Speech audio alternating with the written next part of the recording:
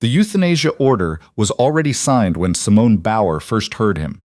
She was doing her 2 a.m. rounds through the east corridor of the Harmon VA Medical Center in San Antonio when she passed the utility hallway near the rehabilitation wing, the one that nobody used after dark except maintenance. She almost kept walking. She had 4 potions to check, a medication cart to restock, and barely 4 hours left on a 12-hour shift that had already taken everything she had.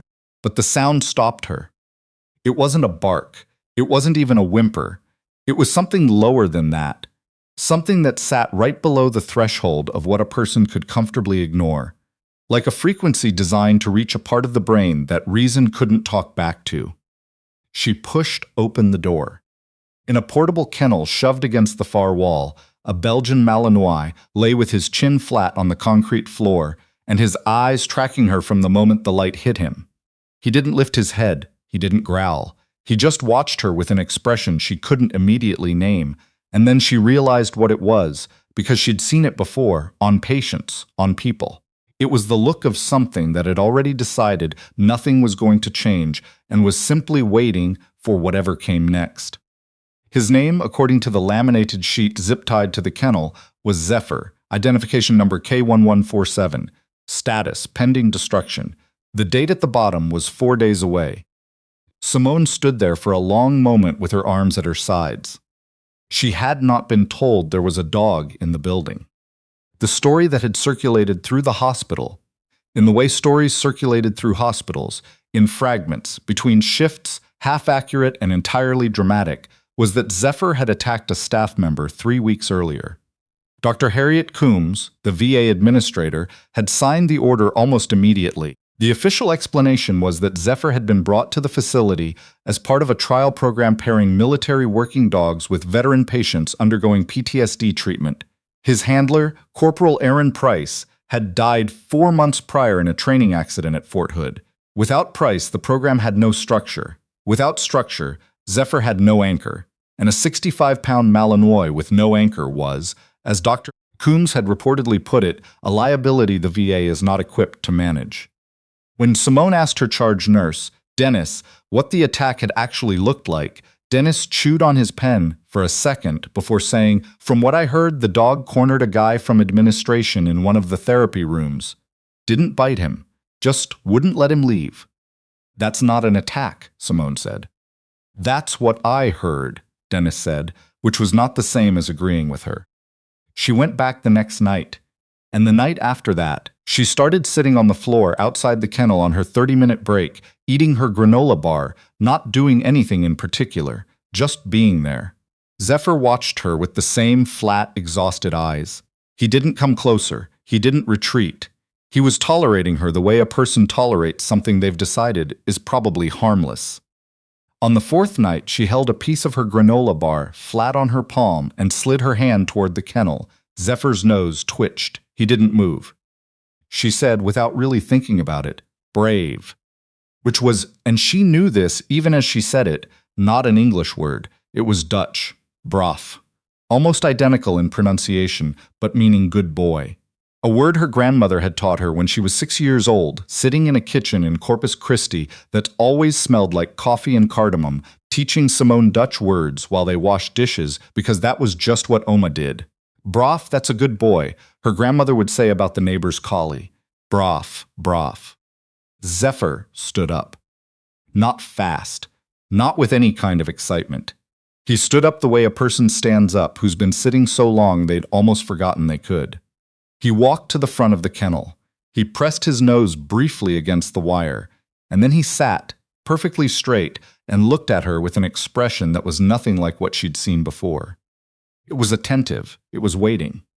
Simone's hand was shaking when she unlocked the granola bar wrapper. She started researching military working dogs the following morning at her kitchen table with a cup of coffee she kept forgetting to drink. She learned that Belgian Malinois used by the Army, particularly those sourced through European training programs, were almost universally trained using Dutch commands. Not English, not Spanish, Dutch. Af, zit, blijf, hier, foe. A vocabulary of maybe 15 words that functioned as a second language, one that bypassed whatever else the dog had learned to distrust. It meant that anyone who'd been working with Zephyr at the VA, anyone who'd tried to walk him, handle him, calm him down, had been speaking the wrong language entirely. It also meant that when Zephyr cornered the man in the therapy room, no one had been able to tell him to stop, and no one had asked why he'd started. She filed a request with Dr. Coombs's office the next day. It was a one-page document she rewrote 4 times before she was satisfied with the tone: firm but not aggressive, clinical where it needed to be, human where it could afford to be. She requested a behavioral evaluation from a certified canine behavior consultant before the euthanasia order was carried out. She cited Zephyr's response to Dutch commands as evidence that his behavioral issues were rooted in communication failure, not aggression. She attached 3 studies on military working dog reintegration. Dr. Coombs's assistant called her back that afternoon and told her the decision had been made at the administrative level and was not subject to appeal by nursing staff. Simone thanked her politely and hung up. Then she called the number she'd found for a journalist at the San Antonio Express News who had written, 2 years earlier, a piece about the VA's treatment of retired military working dogs. She didn't ask him to run a story, she just told him what was happening, and she spelled Zephyr's name carefully so he'd get it right if he needed to. She'd worry about the consequences later. The evaluation came through 48 hours before Zephyr's scheduled date, not because of the journalist, though Simone suspected his call to Dr. Coombs's office had accelerated things considerably. A retired Army K-9 trainer named Wesley Abbott drove up from Laredo and spent 3 hours with Zephyr in the courtyard. Simone stood to the side and watched. Abbott worked through the full Dutch command vocabulary. Zephyr responded to every single one, precisely, immediately, with the kind of clean obedience that came not from fear, but from a dog that had spent years finding safety and structure. Abbott turned to Simone at the end and said quietly, "Who put this animal down as aggressive?" "Administration," she said. Abbott wrote his evaluation that same evening.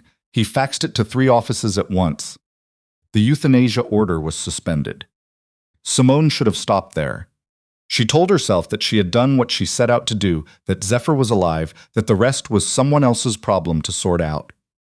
She told herself this while she was looking at the VA file she'd pulled on Corporal Aaron Price, 26 years old, from Abilene, Texas, killed in a training accident at Fort Hood on February 11th. No details provided, no follow-up documentation, just a death date and a case closure stamp. She'd pulled it because she needed to understand Zephyr's behavioral history, she told herself. She was a nurse.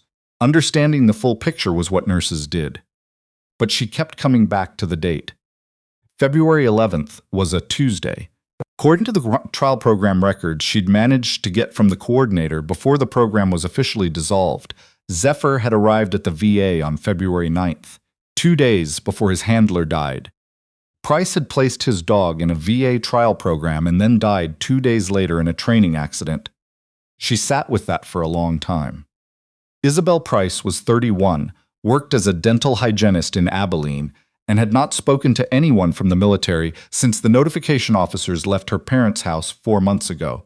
She spoke to Simone because Simone had called at 9 in the morning on a Saturday and had introduced herself not as a VA employee, but as the person who had gotten Zephyr's euthanasia order suspended.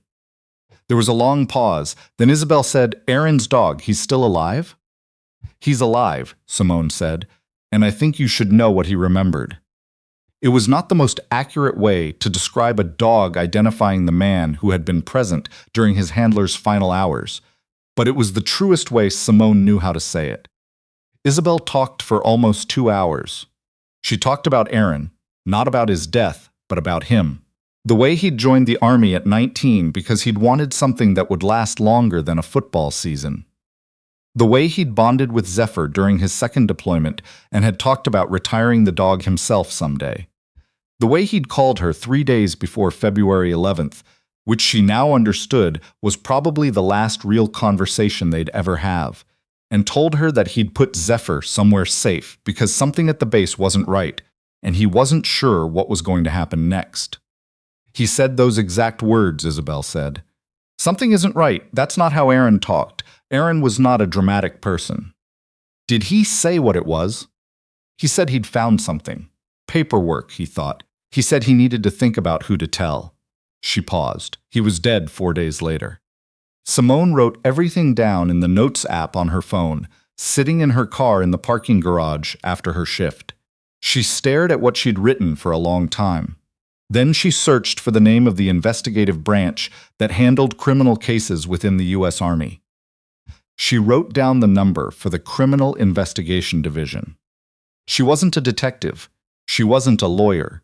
She was a 29-year-old night shift nurse who had found a dog that nobody was listening to, and she understood in the specific and practical way that nurses understand things, that listening was sometimes the first step in every other thing that followed. Special Agent Devin Ray from the Army CID field office in San Antonio arrived at the hospital 12 days later. He was younger than Simone had expected. Early 30s, with a very precise haircut and the kind of patient, deliberate way of speaking that she associated with people who had learned to be careful with their words because the wrong ones caused problems. He told her that an inquiry had been opened. He did not tell her what had prompted it, though Simone suspected her call had not been the only one. Isabel had told her she was going to contact her own attorney, and the journalist at the Express News had published a brief item about Zephyr's case that had accumulated more online attention than anyone had apparently anticipated. What Ray told her carefully was that she should not discuss any details of Zephyr's behavioral history with anyone except the investigators assigned to the case. He also told her that Zephyr's kennel records, Price's personnel file, and the trial program documentation had been formally flagged.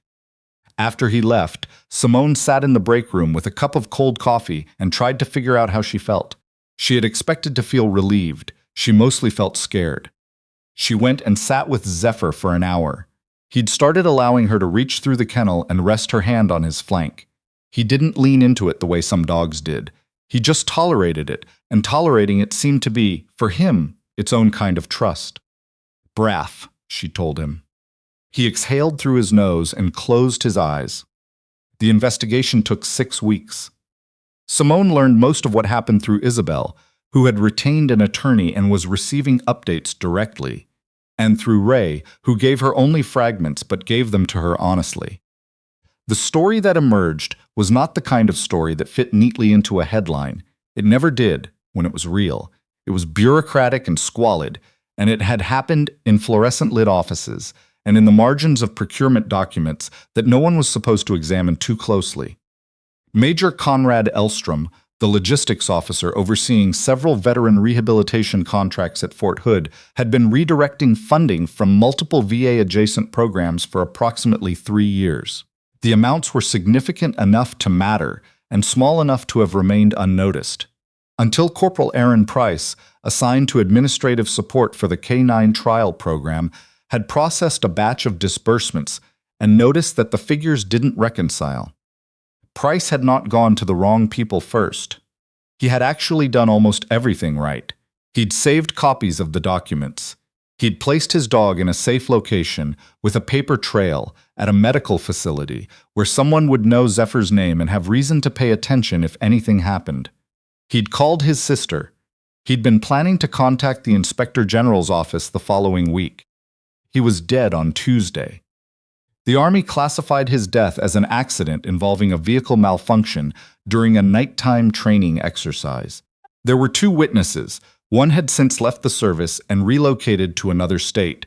The other was a staff sergeant who reported directly to Major Elstrom. The man Zephyr had cornered in the VA therapy room, the one whose report had generated the euthanasia order, was a contract administrator who had worked closely with Elstrom for 2 years and had been at Fort Hood on February 10th, the night before Price died. Simone did not know this when it happened.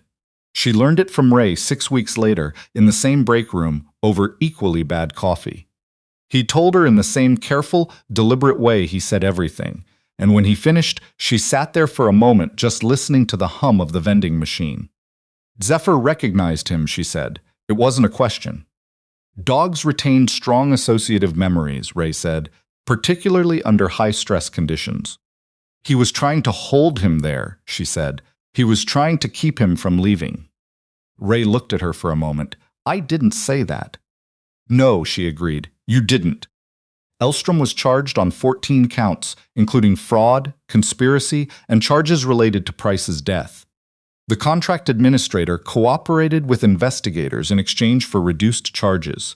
The staff sergeant at Fort Hood was also charged. The investigation was still ongoing when Ray gave Simone his card and told her the Army appreciated her cooperation and that she might be contacted again for follow-up. He paused at the break room door. "That was good work," he said. "What you did." "I listened to a dog," Simone said. "That's what I mean," he said. The paperwork to adopt Zephyr took longer than Simone expected, mostly because no one at the VA or the Army had a clear procedure for a retired military working dog who had been placed in a civilian medical facility under a program that had since been dissolved, whose case had been flagged by a federal investigation, and whose primary advocate was a night shift nurse with no official role in any part of the process. She spent 11 weeks navigating that paperwork.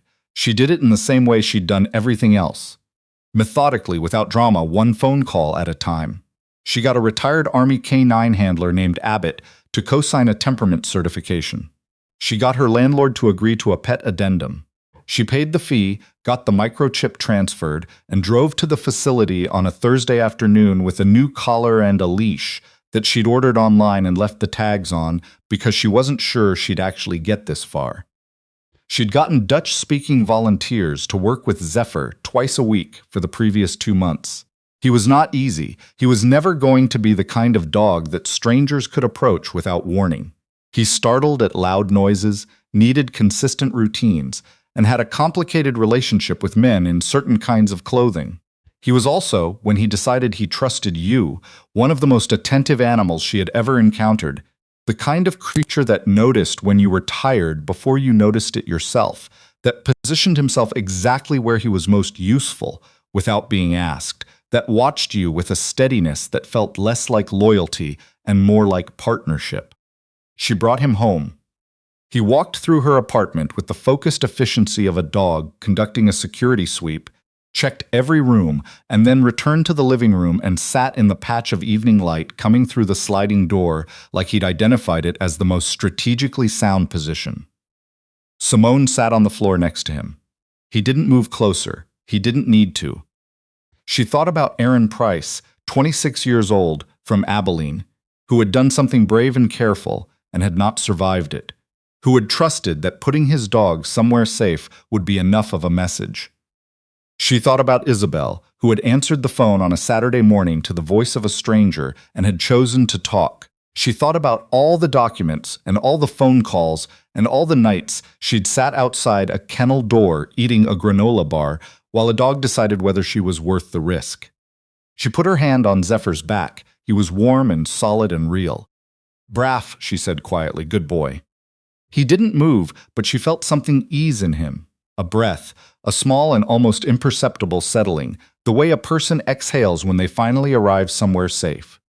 6 months later, Simone was sitting in a conference room at the Harmon VA with 4 other people: Wesley Abbott, a certified veterinary behaviorist from UTSA, a VA program coordinator named Keisha Drum, and an Army representative who was there to listen. She had a stack of papers in front of her and a presentation she'd stayed up until 2 in the morning finishing. She had not planned to become the kind of person who gave presentations, but no one else was doing it, and the problem wasn't going to disappear because it was inconvenient. The proposal was simple in outline and complicated in execution, the way real things usually were. She wanted to establish a last resort evaluation protocol for military working dogs facing euthanasia orders in VA and DOD facilities, a mandatory behavioral assessment by a qualified specialist conducted in the dog's primary command language before any destruction order could be carried out. She wanted a registry. She wanted trained liaisons. She wanted someone, somewhere, to have the job of actually listening before a decision was made that couldn't be undone. The Army representative asked several practical questions about funding and jurisdiction. Keisha Drum asked about liability. Abbott answered most of the questions Simone couldn't, because he had been doing this for 20 years and had a specific, unignorable way of explaining things that made objections seem embarrassing. At the end of the meeting, the Army representative said she would bring the proposal back to her office. It wasn't a yes, it wasn't a no.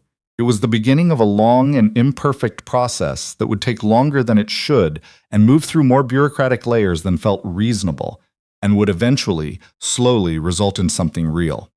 Simone drove home with Zephyr in the back seat, his head out the window, his ears pinned back by the wind. She watched him in the rearview mirror. He was not a dog that had ever learned to look carefree.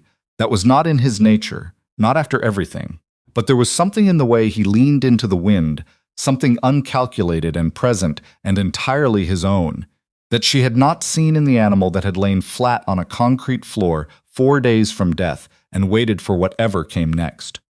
She thought, this is what it looks like, not rescued, not fixed, not turned into something simpler than he actually was. Just given enough space to finally breathe. She had gone back to nights the previous month, the same shift, the same corridors. She still passed the utility hallway near the rehab wing. She still sometimes stopped, just for a second, the way a person stops at a place where something important happened and finds they don't have the words for what they feel, only the knowledge that the stopping matters. Aaron Price had tried to tell someone something, and no one had listened in time. Zephyr had tried to tell someone something, and nearly no one listened at all. Simone had learned, in the particular and unglamorous way that nurses learn things, through hours and proximity and the willingness to sit with discomfort, that listening was not the last resort. It was the one that should have come first. She pulled into the parking lot of her apartment. Zephyr was already looking toward the door before she cut the engine. He knew where he was now. He remembered this place. She clipped on his leash and they walked inside together, and the evening light through the sliding door was exactly where he'd left it.